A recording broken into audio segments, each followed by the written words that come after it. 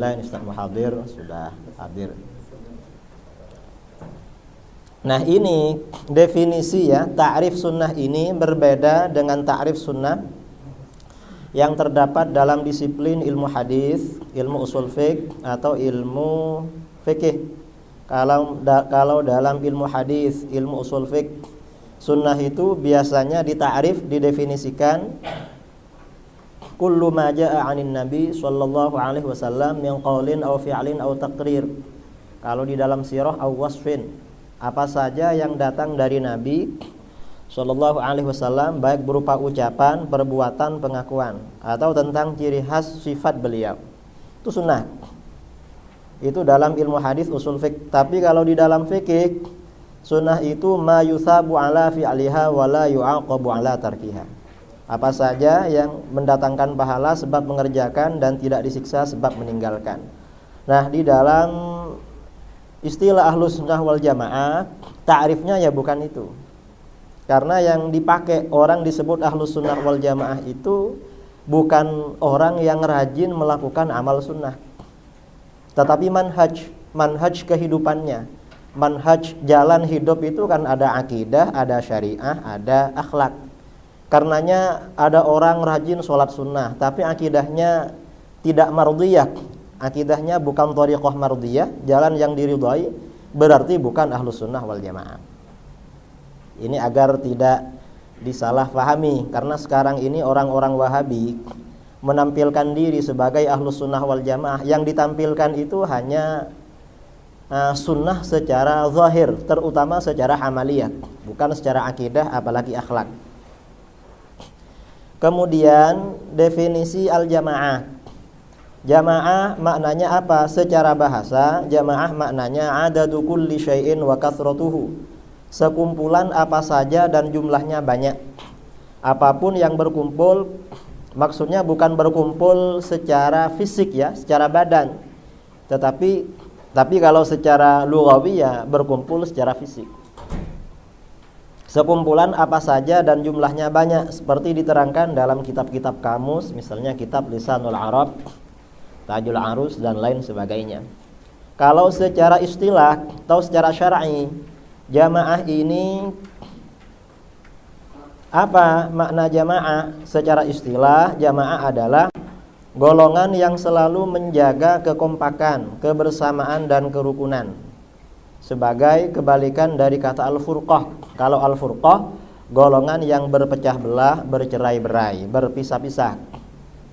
Jadi jamaah ini memang bisa difahami kalau kita faham lawan katanya. Kata penyair, wa bididdiha tatabayyanul asya'u. Dan dengan lawan katanya, perlawanan kata sesuatu menjadi jelas. Jadi kalau furqah itu selalu berpecah belah, tapi jamaah selalu kompak. Nah, dikatakan jamaah karena golongan ini selalu memelihara kekompakan, kebersamaan dan kerukunan terhadap sesama. Meskipun terjadi perbedaan pendapat di kalangan mereka, perbedaan tersebut tidak melahirkan sikap saling membid'ahkan, memfasikkan dan mengkafirkan. Kita tahu madzhabul arba'ah itu perbedaannya ribuan masalah. Imam Syafi'i dalam ribuan masalah berbeda dengan gurunya sendiri Imam Malik. Imam Malik ribuan masalah berbeda dengan kakaknya, kakak mazhabnya Imam Hanafi. Imam Ahmad bin Hambal ribuan masalah berbeda dengan gurunya Imam Syafi'i.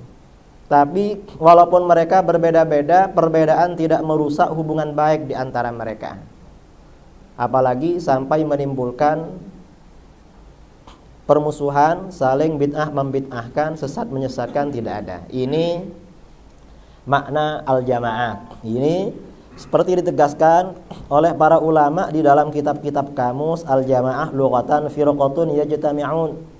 Kemudian di dalam kitab-kitab aqaid, Ahlus Sunnah la yukaffiru ba'duhum ba'dha wa laysa bainahum khilaf yujibut tabarri wat takfir. Fahum idzan Ahlul Jamaah. Jadi Ahlus Sunnah tidak saling mengkafirkan, tidak ada khilafiyah yang melahirkan hubungan yang terputus atau saling mengkafirkan. Itu Ahlus Sunnah. Nah, itu makna jamaah. Jadi kalau begitu ta'rif Ahlus Sunnah wal Jamaah adalah golongan yang mengikuti jalan yang diridhoi oleh Allah serta selalu menjaga jamaah, selalu menjaga kebersamaan, kerukunan dan kekompakan. Setelah kita tahu ta'rif ini, sekarang ada pertanyaan, siapa Ahlus Sunnah wal Jamaah itu? Mengapa pertanyaan ini penting?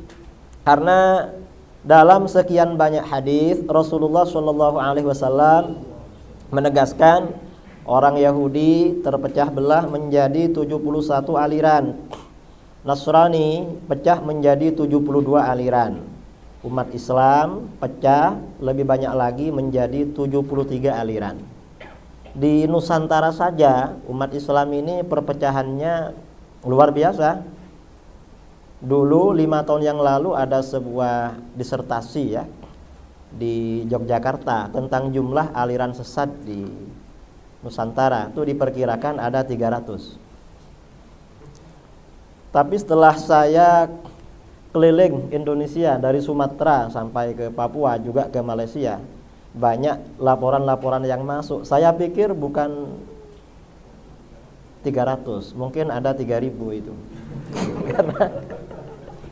Karena di mana-mana selalu ada. Cuma ini memang tidak muncul, tapi pengikutnya ada.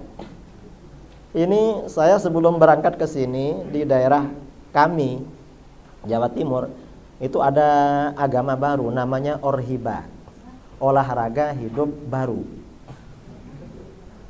Itu ada nabinya tapi sudah meninggal, katanya sejak tahun 1941.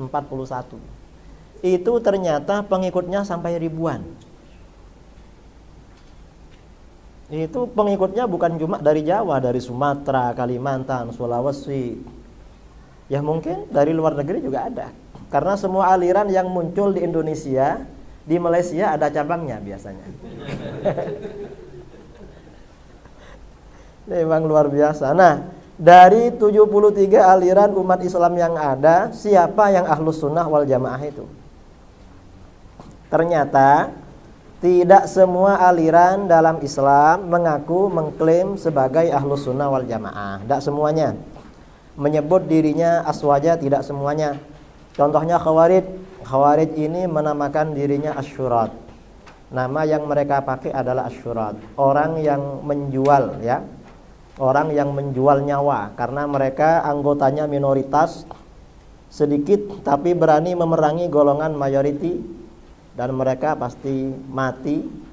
Kata mereka ini mati menjual nyawa membeli surga. Itu Khawarij.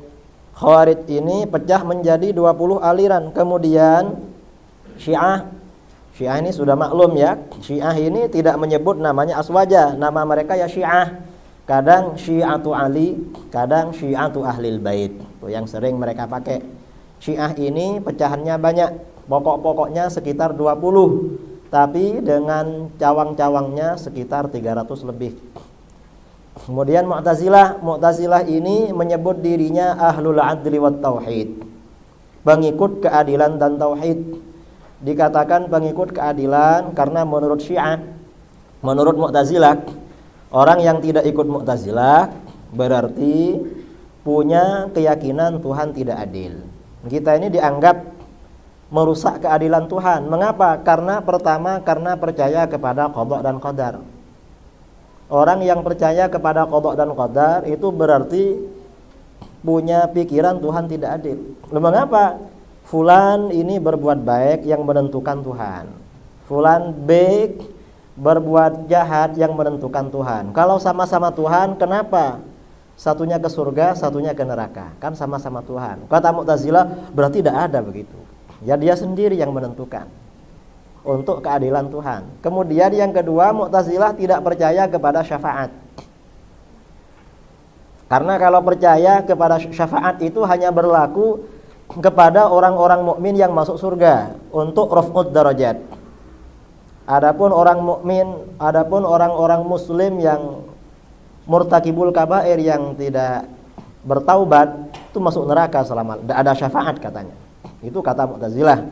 Dikatakan ahli tauhid, menurut Mu'tazilah, orang yang tidak ikut Mu'tazilah tauhidnya masih kotor, masih musyrik. Mengapa? Karena menetapkan sifat. terutama sifat ma'ani yang 7, menetapkan sifat berarti tidak bertauhid. Kemudian ya, karena meyakini Tuhan bisa dilihat di akhirat, itu berarti tidak bertauhid. Nah, Mu'tazilah ini sudah mati pada abad ke-6, tetapi ideologinya masih berkembang sampai sekarang. Karena sejak tahun 370 Hijriah, kata Imam Az-Zahabi, ada perkawinan antara Syiah dengan Mu'tazilah. Kullu syi'iyyin mu'taziliyun wa kullu mu'taziliyyin syi'iyyun. Yang mengadopsi ideologi Mu'tazilah ini Syiah Zaidiyah dan Syiah Imamiyah. Jadi Mu'tazilah masih ada. Nah, Mu'tazilah ini pecah menjadi 20 golongan.